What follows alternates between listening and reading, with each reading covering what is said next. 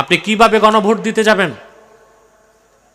এই সনদের মধ্যে আল্লাহর উপর পূর্ণ আস্থা ও বিশ্বাসের যে কথা ছিল, জিয়াউর রহমান যে কথাটা 1977 সালের 30শে মে গণভোটের মাধ্যমে তৎকালে যে সংবিধানকে স্বীকৃতি দিয়েছিলেন, সেখানে এই কথাটা লেখা ছিল, রাষ্ট্রের মূলনীতি হবে মহান আল্লাহর প্রতি আস্থা ও বিশ্বাস। বর্তমান সনদে সেটা বাদ দেওয়া হয়েছে। অর্থাৎ এই সনদ যদি পাশ হয়, তাহলে সংবিধান থেকে আল্লাহর প্রতি আস্থা ও বিশ্বাস এই মূলনীতি বাদ দেওয়া হবে।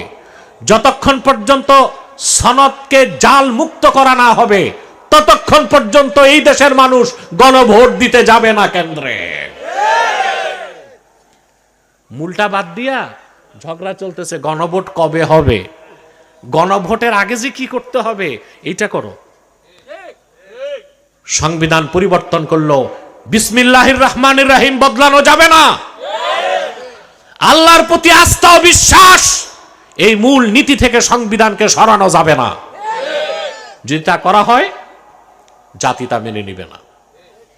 গণভোট মানে এই না যে যা গণভোটে হবে আর বদলানো যাবে না।